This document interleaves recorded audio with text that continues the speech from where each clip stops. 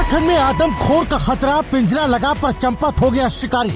पिंजरे में रखे शिकार को चट कर गया गुलदार। वन विभाग बस देखता रह गया। खुला रह गया पिंजरा। उत्तराखंड में मौत घूम रही आजाद।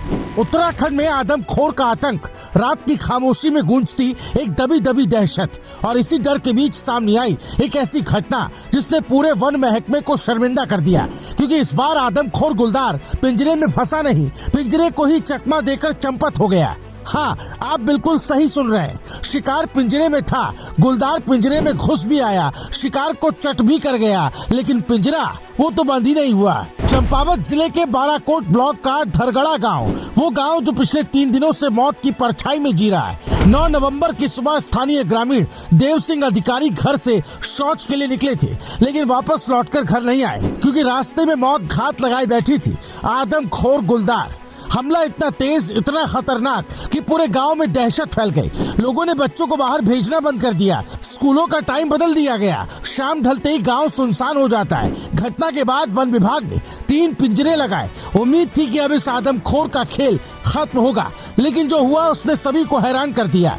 गुरुवार की रात गुलदार पिंजरे में आया, शिकार को दबोचा, उसे आराम से खाया और फिर आराम से वापस निकल भी गया क्योंकि पिंजरे का दरवाजा बंद ही नहीं हुआ।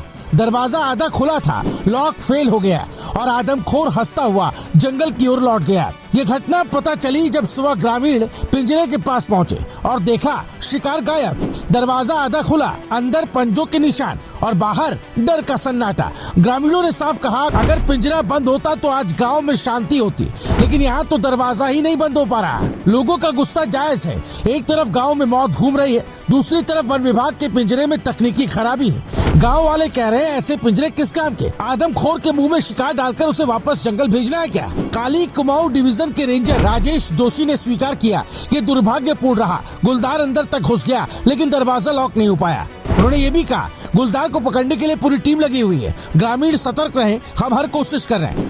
लेकिन गांव वालों का सवाल है, जो पिंजरा बंद तक नहीं होता वो कैसे आदमखोर पकड़ेगा? जंगल का ये शिकारी अब सदे हुए कदमों से घूम रहा है। उसने पिंजरा भी देख लिया, शिकार का स्वाद भी ले लिया और अब उसे पता है कि मनुष्य कितनी बड़ी कमजोरी के साथ काम करता है। यह अनुभव उसे और स्मार्ट बना देता है। अब उसे फंसाना पहले से 10 गुना मुश्किल होगा। यही वजह है कि इलाके में डर और बढ़ गया है। लोग कह रहे हैं कि अब तो ये और भी बेखौफ होकर घूमेगा।